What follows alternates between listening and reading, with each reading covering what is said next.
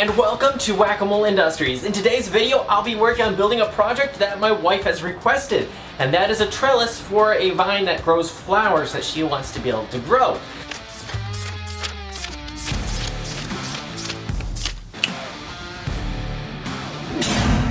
And I will be using fully reclaimed wood from Pallet.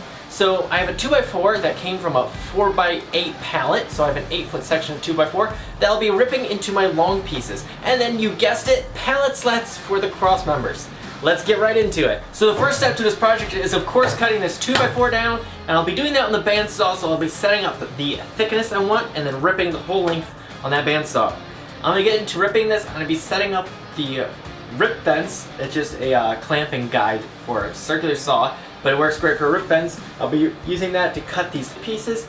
I'm probably going to need another 2x4, as I want more than just 3, because I'm thinking I'm going to do 1-inch thick pieces to create the structure, hopefully vertical structure to hold everything up.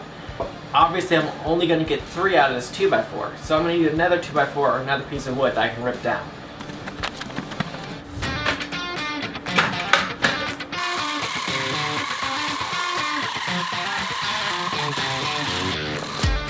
Okay, so we have the long pieces all cut. Then we also have these 2 cutoffs that I'm actually going to use for the cross members. Now, I'm not going to have enough, so I'm going to have to now cut down pallet slats. So I selected a few pallet slats. They're not going to be all the same thickness going horizontally, so I may need to rip them down again, or I may just stick with the uneven look. Depends on how uneven everything looks when I lay it out. So I'm going to cut the vertical pieces out of these pallet slats, along with using these scraps right over here.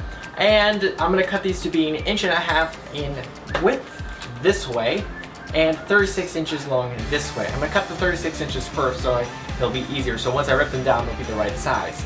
So what are we going to do with assembly? When it comes time to assemble, there's going to be a slight overhang where the vertical pieces are going to go here and here, so to speak. And there's going to be a little bit of overhang on either side. That'll hopefully make more sense when it comes time to assemble it.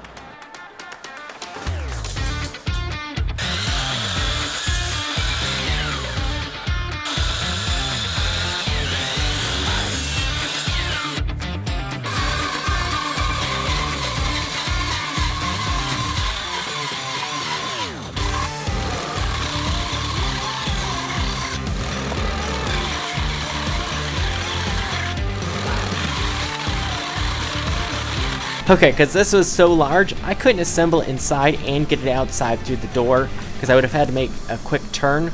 Anyways, I've already got the top and bottom cross members installed. That was really hard trying to get everything to line up well, because the long pieces are warped, and that warp, as you will see, causes me all sorts of headaches as I'm trying to align everything and make everything look as square as possible. I'm also, as I'm going through assembling, using my speed square as just my measurement instead of using my tape measure. That way it's very quick and I get very consistent spacing without having to transfer between tools as often. So here I'm using another piece of 1.5 inch wood as a spacer to make sure that each of my cross members align nicely with an equal overhang along the whole length of the trellis.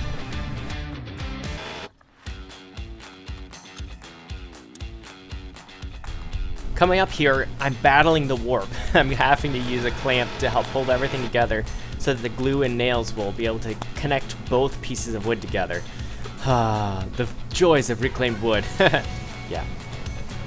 So if I was going to rate this project on a scale of 5, 5 being the hardest and 1 being the easiest, I'd say this is probably like 1.5.